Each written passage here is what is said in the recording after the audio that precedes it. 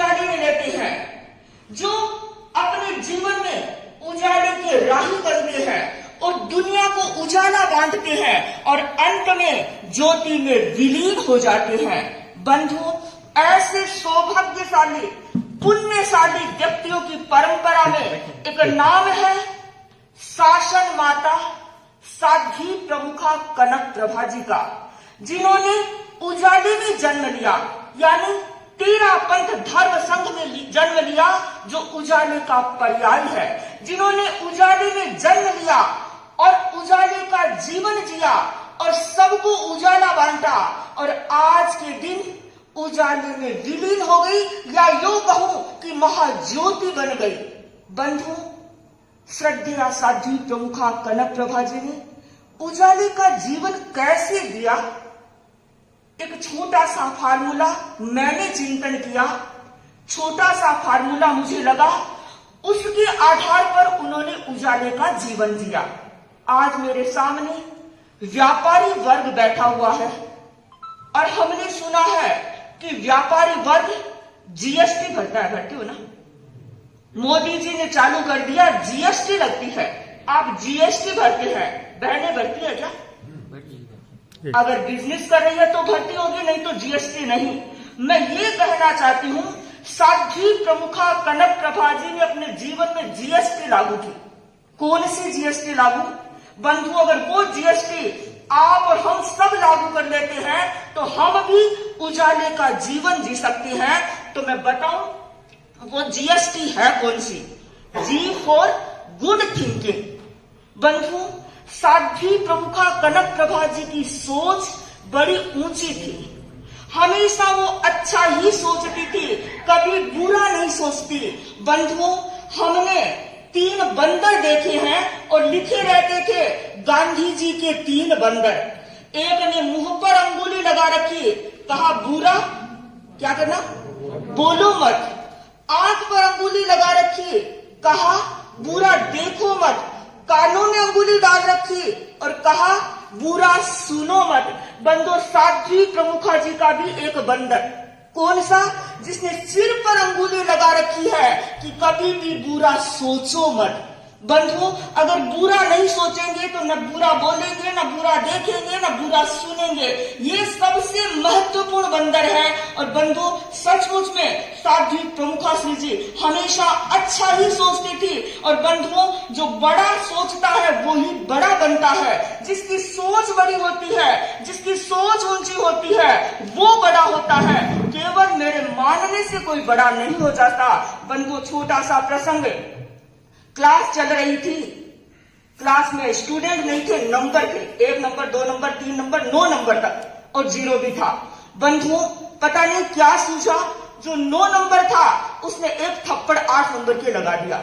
8 number ने कहा, अरे मुझे क्यों थप्पड़ लगाए, मैंने क्या गलती की? उसने कहा, गलती नहीं की, मैं बड़ा हूं, थप्पड़ लगा सकता हूं। बंधु, ये सुनते ही उस क्लासरूम में चांटों की बौछार हो गई। 9 ने 8 को लगाया, 8 ने 7 को लगाया, 7 ने 6 को लगाया, 6 ने 5 को लगाया, 5 ने 4 को लगाया। बंधु, ऐसा करते करते थप्पड़ लगते गए। जब 2 ने 1 के थप्पड़ मारा तो बेचारा 0 बैठा हुआ था, वो सोचा अब पड़ेगी, मेरे भी लगेगी, वो जाकर के कोने में बैठ गया। पर बंधुओं, उस 1 ने कहा कि नहीं, तुम डरो मत, मैं तुम्हें थप्पड़ नहीं लगाऊंगा। और बंधु कहते हैं वो 1 उठा अपनी जगह से और 0 के पास आकर बैठ गया। क्या हुआ? 10 बन गया। और उस 0 ने कहा, भैया तुमने तो मुझे बड़ा बना दिया।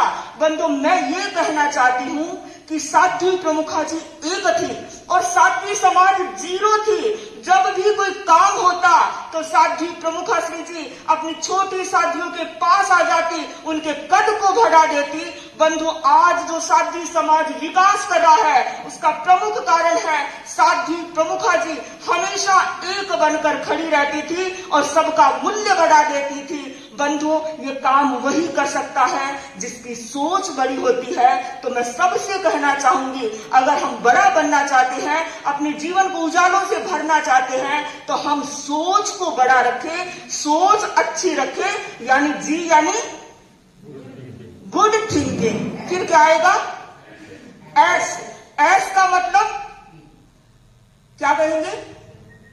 ऐश का मतलब सिंपल लिविंग, सादा जीवन, उच्च विचार। साध्वी प्रमुखा जी की सोच ऊंची थी, लेकिन उनका जीवन बड़ा सादगीपूर्ण था, हमेशा सादगी में रहते थे। बंधुओं, हमने नाम सुना है हेनरी फोर्ड का।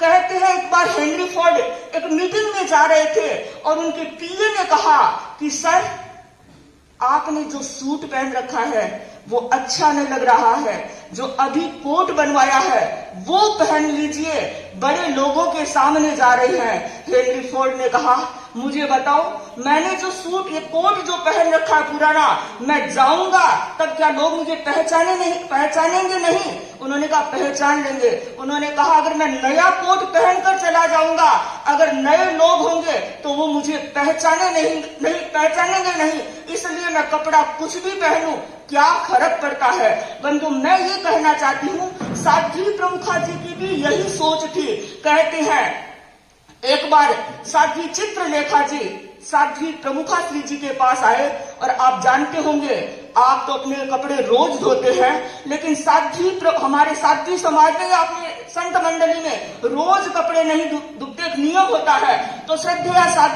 साध्वी प्रमुखा जी के कपड़े हमेशा फ्राइडे को प्रक्षालित होते थे। तो विहार चल रहा था, किसी कारणवश गुरुवार को 2 कपड़े, यानी हम 4 कपड़े पहनते हैं, 2 सुबह की पलेवना के टाइम, 2 शाम की पलेवना के टाइम। तो चित्रलेखा जी ने कहा कि अगर आपकी मर्जी हो तो चारों कपड़े आज ही धो देते हैं। तो प्रमुखा श्री जी ने कहा, चित्रलेखा जी, कनक प्रभा को क्या फर्क पड़ता है, ये कपड़े पहनूंगी तब भी लोग पहचान लेंगे, और जो नहीं पहचानने वाले हैं वो धुले हुए कपड़े पहन लूंगी तब भी नहीं पहचानेंगे। इन कपड़ों में क्या जाता है, हमें तो अपने आप को सजाना है। तो बंधुओं, सचमुच में उनका जीवन बड़ा सादगीपूर्ण था, और अपने जीवन को उजालों से वही भर सकता है जो अपने जीवन में सादगी रखता है, ऊंचे विचार रखता है। और तीसरी बात मैं कहना चाहूंगी, टी। क्या कहेंगे? टी। जी हो गया गुड थिंकिंग, एस हो गया सिंपल लिविंग, और T tension free life, tension मुक्त जीवन। बंधुओं, श्रद्धेय साध्वी प्रमुखा कनक प्रभा जी ने 50 वर्ष तक शासन कार्य किया। आप देख रहे हैं, घर चला रहे हैं, बिजनेस चला रहे हैं, कितना टेंशन होगा। आज व्यापारी का टेंशन, उसका पैसा नहीं आया, उसको देना है, परिवार को चलाना है, उस बेटे को सेट करना है, बेटी की सगाई करनी है, कितने टेंशन पाल रखे हैं।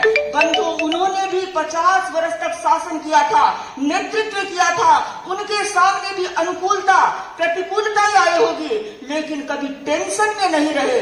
क्यों नहीं रहे? उनका अपने गुरु पर विश्वास था। जिनका अपने गुरु पर विश्वास होता है वही टेंशन फ्री लाइफ जी सकता है। बंधुओं, एक छोटा सा प्रसंग, आपने नाम सुना होगा, फ्रांस के एक कलाकार हुए हैं जीन ब्लांडिंग, महान साहसी कलाकार थे।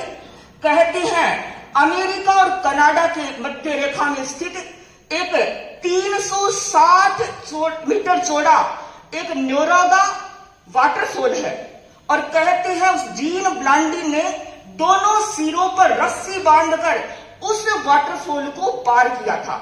बड़ा साहसिक काम था, रस्सी के सहारे इतनी दूरी तय करना, अमेरिका से कनाडा पहुंच जाना। और बंधु, कहते हैं एक बार जीन ब्लांडिंग ने अपने बेटे को कंधे पर रखा और उस रस्सी के सहारे उस पार पहुंच गए, और जो बेटा था वो छोटा सा था, वो बड़ा आनंदित हो रहा था, बड़ा खुश हो रहा था और पार पहुंच गया। और बंधु, कहते हैं कुछ समय के बाद जीन ब्लांडिंग ने फिर एक बच्चे को रखा, बेटा नहीं था उनका, कोई दूसरा बच्चा था, उसको अपने कंधे पर रखा, पार करने लगे, और मंजिल तक पहुंचते पहुंचते वो बच्चा बेहोश हो गया। बच्चा बेहोश हो गया, किनारे पर लाया गया, डॉक्टर आए और उन्होंने कहा कि भय के कारण ऐसा हो गया है, संभावना है, इतना पानी, इतना लंबा रास्ता कैसे पार करेंगे। और बंधुओं, जो दूसरे लोग थे उन्होंने सोचा ये भी छोटा बच्चा और जीन प्लांटिंग का बच्चा था, वो भी बहुत छोटा था, लेकिन उन्हें हंसते हंसते पार कर दिया और ये बेहोश हो गया। ऐसा कैसे? तो कहते उस बच्चे को बुलाया और उस बच्चे से पूछा, बेटा जब तेरे पापा कंधे पर बैठाकर तुझे वो वाटरफॉल पार करवा रहे थे, तुझे डर नहीं लग रहा था? उसने कहा, कैसा डर? मैं तो आनंदित था, मैं तो एंजॉय कर रहा था, उस पानी को देख रहा था, इधर देख रहा था, उधर देख रहा था। तो लोगों ने पूछा, डर क्यों नहीं लगा? उसने कहा, क्या डर लगता? मुझे ले जाने वाले, पार कराने वाले मेरे पिता थे, वो कुशल कलाकार थे, तो मुझे डरने की क्या बात है। बंधु, सचमुच में जिस व्यक्ति के भीतर विश्वास होता है वही व्यक्ति टेंशन फ्री रह सकता है। तो मैं ये कहना चाहती हूँ कि शासन माता को अपने गुरु पर अटूट विश्वास था। उनको पता था कि काम करवाने वाले मेरे गुरु हैं, वो कुशल कलाकार है, कुछ भी गलती होने नहीं देंगे, तो फिर मैं टेंशन क्यों पालूं। तो सचमुच में उनका जीवन टेंशन फ्री लाइफ था। तो मैं यही कहना चाहती हूँ कि अगर आप अपने जीवन में उजाला भरना चाहते हैं तो अपने जीवन में भी जीएसटी को लागू कीजिए। अंत में मैं यही कहना चाहूंगी, आज रविवार है ना, आज रविवार है, शासन माँ का वार है। आज रविवार है, शासन माँ का वार है, शासन माँ को जो ध्याएगा उसका बेड़ा पार है, उसका बेड़ा पार है। सचमुच में शासन माँ हम सब के बेड़े को पार लगाए। इन्हीं भावों के साथ ओम।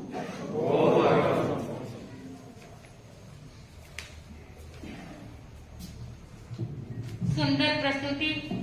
सचमुच हमें भी यदि साधारण से असाधारण बनना है तो इन गुणों को अपनाना होगा, और जो व्यक्ति इन गुणों को अपनाता है वही आगे बढ़ सकता है।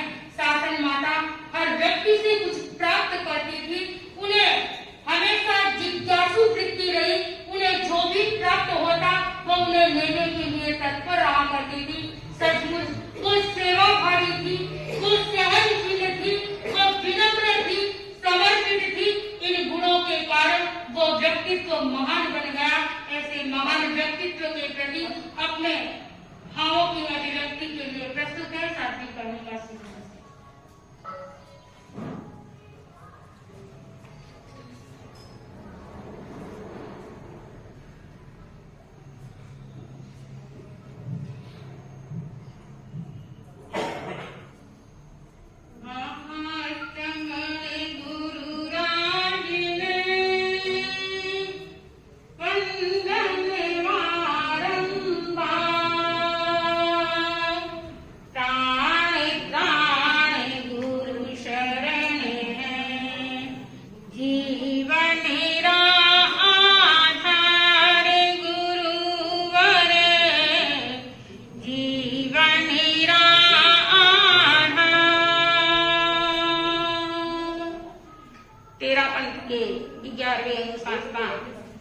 महातपस्वी आचार्य श्री महाश्रवण जी के श्री चरणों में शतभक्ति वंदना।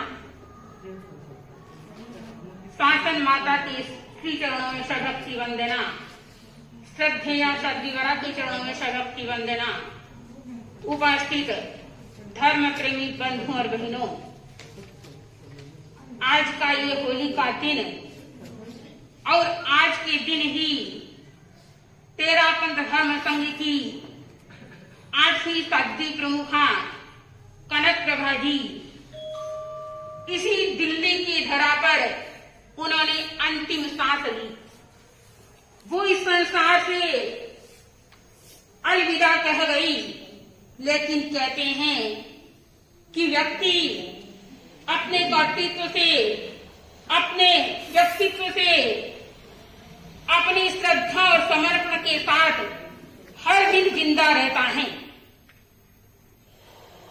कहते हैं कि कुछ व्यक्ति ऐसे होते हैं जो इस धरती पर आते हैं और अपना नाम अमर कर जाते हैं। जिंदगी ऐसी बना जिंदा रहे दिल शाद तू, जिंदगी ऐसी बना जिंदा रहे दिल शाद तू, जब न हो दुनिया में तो दुनिया को आए याद तुम, जब न हो दुनिया में तो दुनिया को आए याद तुम। हम शासन माता को हर पल, हर क्षण, हर दिन, हर वक्त और हर जिंदगी के हर पल में उन्हें याद करते रहेंगे। कहते हैं कि एक बार भगवान के समक्ष एक बच्ची उपस्थित हुई और उस बच्ची ने, भगवान ने उन्हें कहा कि मैं तुम्हें मनुष्य लोक में भेज रहा हूं, तुम वहां चली जाना। और उस बच्ची ने कहा कि भगवान, आप मुझे मनुष्य लोक में भेज रहे हैं, लेकिन वहां मेरा सहारा कौन बनेगा, मुझे कौन संभालेगा? यहाँ तो मैं आपकी पास रहती हूँ, आपके समक्ष रहती हूँ, निश्चिंतता का जीवन जीती हूँ, लेकिन वहां मेरी कौन साथ संभाल करेगा? तब भगवान ने कहा कि तुम धरती पर जाओगी, उससे पहले ही मैंने धरती पर एक फरिश्ता भेज दिया। वो तुम्हारी सुरक्षा करेगा, तुम्हारी रक्षा करेगा और तुम्हें हर पल सहयोग करेगा। वह बच्ची कहती है कि भगवान, मुझे बोलना नहीं आता और मैं अपनी बात उनके सामने कैसे प्रस्तुत करूंगी? तब भगवान ने कहा कि तुम्हें बोलने की जरूरत नहीं, वो फरिश्ता तुम्हारी भावना को समझ लेगा और हर तरह से तुम्हारा सहयोग करेगा। फिर वह बच्ची कहती है कि भगवान, यहाँ मुझे श्रद्धा, समर्पण, भक्ति का बोध पाठ आप दे रहे हैं और आपकी सन्निधि में मैं रहकर निश्चिंतता का अनुभव कर रही हूँ, लेकिन वहां मुझे ये सब बोध पाठ कौन देगा? तब भगवान ने कहा कि तुम्हारा फरिश्ता सब कुछ तुम्हें सिखा देगा। तब उस बच्ची ने कहा कि भगवान, मुझे उस फरिश्ता का नाम तो बताए कि वो फरिश्ता कौन है और उनका नाम क्या है। तब भगवान ने कहा कि उनका नाम है माँ। माँ ऐसी होती है जो हर बच्चे की सार संभाल, रक्षा सुरक्षा करती है। बंधु और बहनों, मैं कहना चाहती हूँ कि 13 पंथ धर्म संघ की साध्वी प्रमुखा शासन माता एक मातृतुल्य थी, माँ के समान थी। हम जब भी दीक्षित होते और दीक्षित होते ही एक नया जन्म होता है। हमें कैसे चलना, कैसे बैठना, कैसे बोलना, कैसे खाना, ये छोटी छोटी बातें साध्वी प्रमुखा श्री जी मुझे भी याद है कि जब मैं बहुत छोटी उम्र में दीक्षित हुई थी और साध्वी प्रमुखा श्री जी के सानिध्य में रहने का सौभाग्य मुझे लगभग 7 महीनों का अवसर उनकी सानिध्य में प्राप्त हुआ था।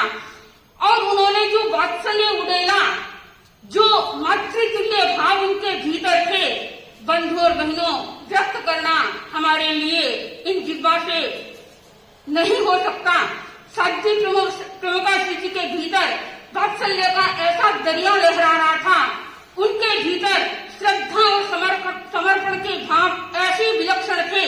हम शासन माता के लिए जितना कुछ बोले, कहते हैं कि एक दीपक को ऐसे उनका जीवन विलक्षण था, उनका कर्तृत्व, उनका व्यक्तित्व और उनका जो शैली थी। आप और हम सब सौभाग्यशाली हैं कि हमें उनकी सन्निधि में रहने का सौभाग्य प्राप्त हुआ।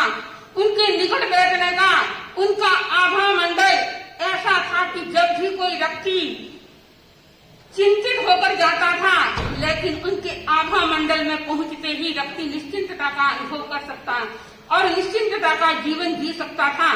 ऐसे साध्वी प्रमुखा को हम अपने प्रति यही मंगल कामना करते हैं कि आपके जो गुण हैं, श्रद्धा, समर्पण, विनय, सेवा भावना के ऐसे गुण हमारे भीतर भी अवतरित हो और साध्वी प्रमुखा श्री जी हर व्यक्ति की भावना का आदर करती थी, हर व्यक्ति की भावना को सम्मान देती थी। तो हम भी यत्किंचित इस संघ में योगभूत बन सके और अपनी सेवा के द्वारा उनके गुणों को आत्मसात कर सके। इन्हीं भावना के साथ ओम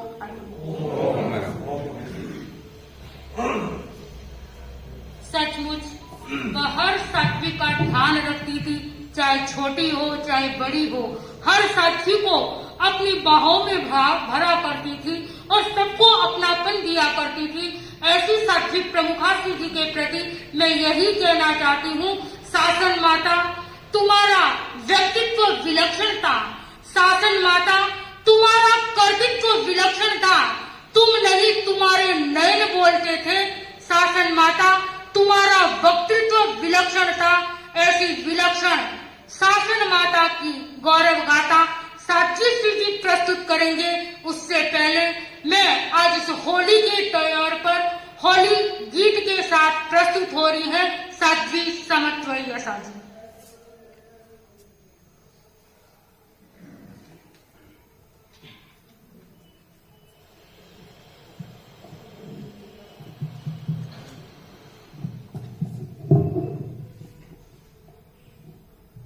साध्वी श्री जी द्वारा रचित ये गीत है जिसका मैं संगान करूंगी। होली आई रे, हाँ की होली आई रे, घर घर में अभिनव खुशियाँ छा